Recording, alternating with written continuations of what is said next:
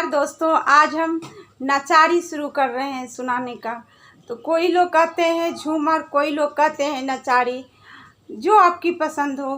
थोड़ी सी मेरी भी सुन लीजिएगा गीत।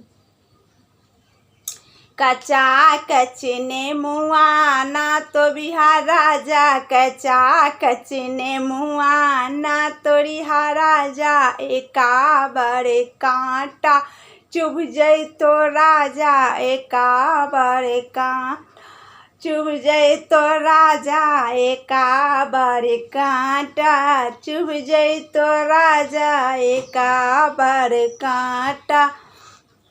टंकी के पनिया ना पीबी राजा, टंकी के पनिया ना पीबी राजा, एका बार सर्दी हो जाए तो राजा, का बार सर्दी हो जाए तो राजा। कचा कचने मुआ ना तोरिहा राजा, कचा कचने मुआ ना तोरिहा राजा, कचा कचने मुआ ना तोरिहा राजा, कचा मुआ ना तोरिहा राजा। होटल के खाने में ना खाई राजा, होटल के खाने में न खाई राजा, एका बार उल्टी हो जाई तो राजा, का बार उल्टी हो जाई तो राजा।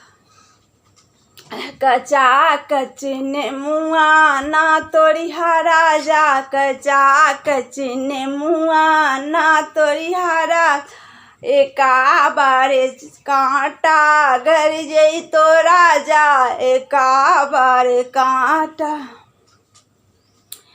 रंडी के से जिया ना सोई राजा, रंडी के से जिया ना सोई राजा, एका बार चप्पल खा जाइबा राजा, एका बार चप्पल खा जाइबा राजा। कचा कचने मुआ ना तोरिहा राजा, कचा कचने मुआ ना तोरिहा राजा, कचा कचने मुआ।